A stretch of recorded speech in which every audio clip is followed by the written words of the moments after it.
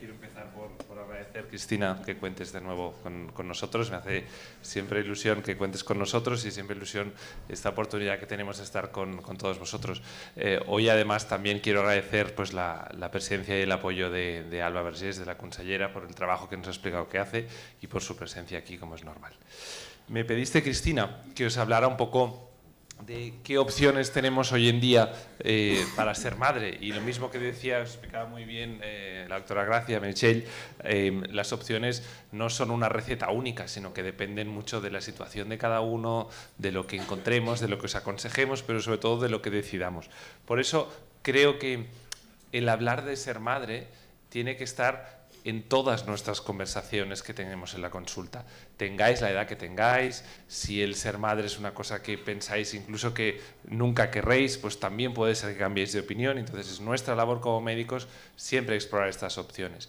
Y es por eso que para nosotros una parte muy importante de lo que hace falta para este tratamiento que es necesario para acabar siendo madres en algún momento de la vida, son dos cosas que no necesitan de una gran tecnología ni de una gran inversión, pero sí de organizarse y darnos conocimiento por un lado y tiempo para tener todas las oportunidades de diálogo que hagan falta. ¿Y por qué es necesario? Pues porque aparte de lo que es la enfermedad, que en sí misma ya es capaz de poner las cosas difíciles, desde un punto de vista social, pues hay muchas cosas que están cambiando. Cada vez más recurrimos a técnicas de reproducción asistida y a técnicas de reproducción asistida en edades más avanzadas y además cada vez tenemos los hijos más tarde. Siempre que estoy con vosotros en esta reunión os recuerdo una reflexión que compartimos todos los que nos dedicamos a endometriosis. Una de las diferencias entre la generación actual de madres respecto a los que eran nuestras madres, la generación anterior, es que nuestras madres nos tenían a nosotros primero y a la endometriosis después. Y ahora nos encontramos que tenemos la endometriosis primero y somos madres después. Y esto, por fuerza, cambia mucho la manera como tenemos que afrontar la enfermedad.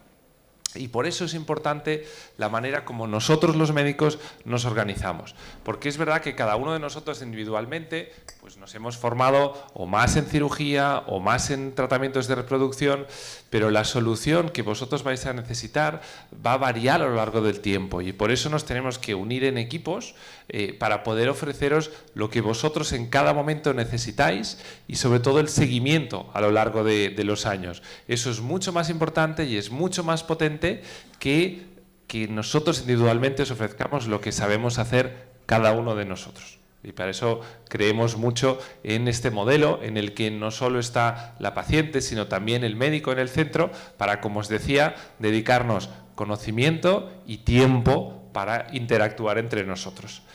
Si conseguimos esto, podemos decir cosas que igual parecen un poco disruptivas, como que el diagnóstico o la sospecha de endometriosis realmente es fácil. Es fácil porque si tenemos tiempo para escucharos, tenemos tiempo para exploraros, como os decía Mary, es relativamente sencillo sospechar que hay una endometriosis. Luego, evidentemente, si hay que acabar operándola, pues planificar la cirugía, todo eso ya requiere de un poco más de especialidad, ¿no? ¿Y por qué somos tan pesados con esto de la buena capacidad de diagnóstico? Pues porque muchas de las veces atribuimos a la endometriosis cosas que se deben más a cómo la manejamos que a lo que hace la enfermedad en sí misma. Y como decíamos antes, la repetición de las cirugías es una de ellas. Si somos capaces de diagnosticarla bien y planificar la cirugía y hacerla bien y en el momento oportuno, al final no operaremos tanto. Para eso es importante no encontrarnos con sorpresas, saber qué es lo que hay antes de cualquier cirugía.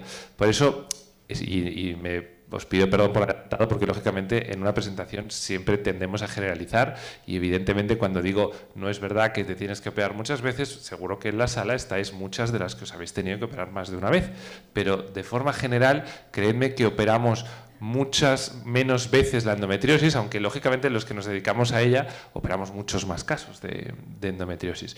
Pero debemos minimizar, y es bueno que lo diga alguien como yo que me dedico a cirugía, debemos minimizar las cirugías repetidas porque no van bien para la fertilidad y no siempre va bien para el manejo de dolor a largo plazo. Y realmente los que nos dedicamos a la cirugía más que a la fertilidad, a veces tenemos más responsabilidad sobre la fertilidad de nuestras pacientes.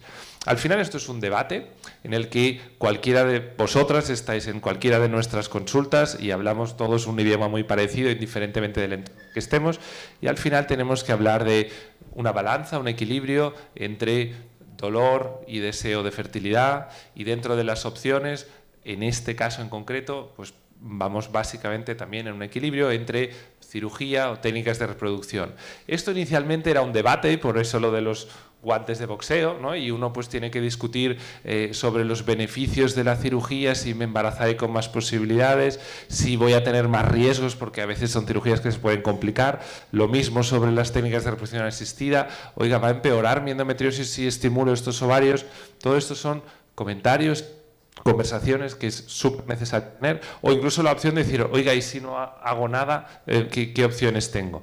Pues a todo esto le tenemos que ir añadiendo tiempo y conocimiento para encontrar las respuestas. Y muchas de las respuestas están en la investigación, están en la divulgación, están en el tiempo y están en el aprendizaje que cada uno de nosotros como equipo hacemos con vosotras. Es bueno organizarse de forma que podamos reclutar grandes grupos de pacientes. Aquí en la sala estamos representados varios, aunque no todos, tenemos la suerte en Cataluña de tener muy buenos y muchos grupos que nos dedicamos a endometriosis, pero reclutar grandes grupos de pacientes nos permite aprender de vosotras. En el seguimiento y en la conversación, para mí es lo más importante. Fijaros, esta diapositiva es nuestra, pero es seguro que es compartible con muchos de los grupos que nos dedicamos. Muchas de vosotras, cuando venís a vernos, ya tenéis 1, 2, 3 o más cirugías previas. Entonces, como bien decía Mary, ahí tenemos que parar, pensar y ver cuál es la mejor opción. Cuando con vosotras decidimos finalmente operaros, tenemos que ser súper exigentes en esto que os decía, en el mínimo de sorpresas, una buena capacidad de diagnóstico para acertar, para hacer esa one and only surgery. Como mínimo, si no conseguimos el que sea una única cirugía, igual porque ya venís de tener una, como mínimo nos gustaría que la nuestra fuera la última, que no hubiera muchas más después. ¿De acuerdo? Y es muy importante el concepto de que en una unidad de endometriosis no estamos para ofreceros una técnica de reproducción asistida y ya está, o para ofreceros una técnica de cirugía y ya está, sino que probablemente el valor añadido está en seguiros a lo largo del tiempo, y nos tenemos que organizar por eso. Y os lo dice alguien que se dedica a cirugía, no operamos a una minoría de vosotras, y esto también de nuevo es algo muy transversal. Fijaros que al final acabamos operando más o menos alrededor de un 30% de las pacientes que os estamos siguiendo con una endometriosis. Y fijaros que lo que es reoperar, que sería una segunda o una tercera cirugía, ya una vez hemos pasado por una unidad que nos dedicamos a esto, evidentemente, desgraciadamente, a veces es necesario, pero no es lo mayoritario. ¿De acuerdo? Respecto a la cirugía, hay situaciones, hay estudios que dicen, oye, pues sí, pues mejoran los embarazos posteriores, pero hay otros que dicen que no. Tenemos que jugar e individualizar en base a cada situación, y no es lo mismo la endometriosis del ovario que la endometriosis digestiva. Ahí tenéis que evidentemente pues confiar un poco en nuestro criterio, en saberos dar toda la información que luego lógicamente pues vamos a discutir con vosotros. Y por eso uno solo de nosotros nunca es suficiente. Se dedique a lo que se dedique, esta captación de información que nos transmitís vosotros necesita de una respuesta muy general, muy holística, en base a los síntomas, en base evidentemente a otros factores de esterilidad del lado de vuestra pareja, y necesita de trabajar en equipo. Y en base a toda esta información que recogemos es cuando nosotros podemos empezar a plantearos si vale la pena que nos inclinemos en la balanza hacia una opción quirúrgica, en base a más o menos estos criterios, que todo es discutible, o si vale la pena que nos inclinemos hacia proponeros una técnica de reproducción asistida. Pero como os decía, esto ni siquiera a veces es suficiente. Lo que antes era un debate clásico con esos guantes de boxeo de qué va primero y si tiene que ir una o la otra, o primero una y después la otra, la mayor parte de las veces hoy en día nos damos cuenta que gracias a trabajar en equipo muchas veces la mejor opción es hacerlo todo a la vez. Y por eso nos hemos dado cuenta que, aunque cada uno de nosotros trabajemos con la mejor de las intenciones para ofrecer lo que sabemos hacer, aprendemos si antes de que propongamos y hagamos a una paciente una intervención quirúrgica o un tratamiento de reproducción asistida, si contrastamos el caso y discutimos el caso dentro de un equipo con todos los puntos de vista, probablemente vamos a sacar el máximo jugo de pues, un buen resultado quirúrgico, un mejor control de dolor y unas mejores expectativas de conseguir embarazo.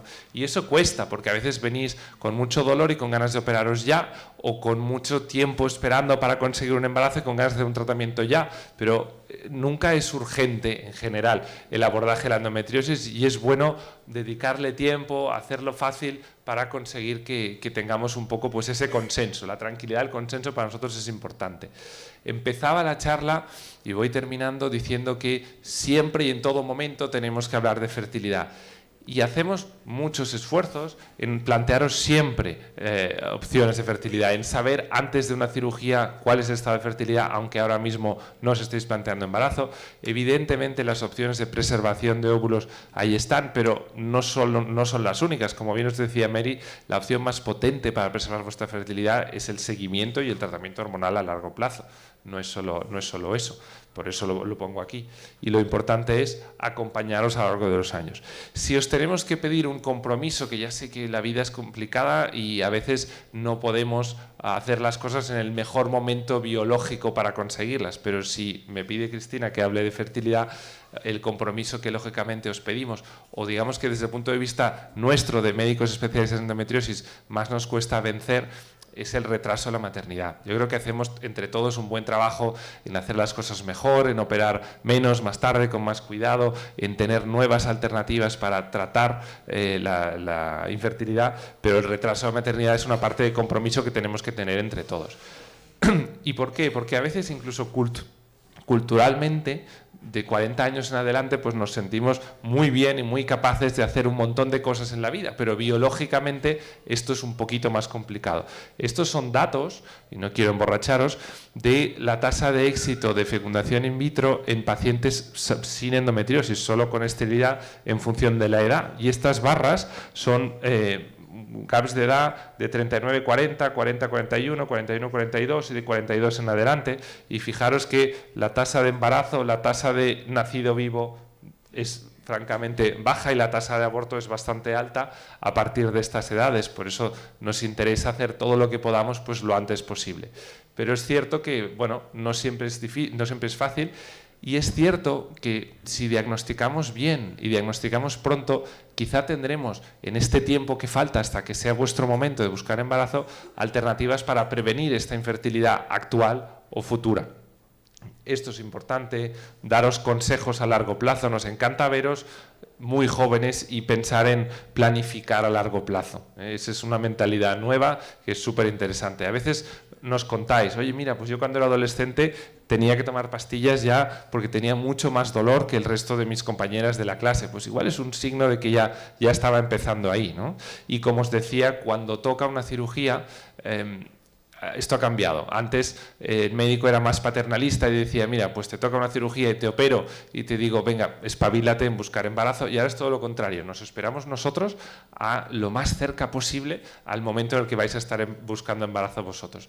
Pero es cierto que a veces, por una cuestión de control de dolor o por una cuestión personal, laboral o de pareja, pues no es el momento de buscar embarazo. Y entonces sí existe la opción de la preservación de fertilidad.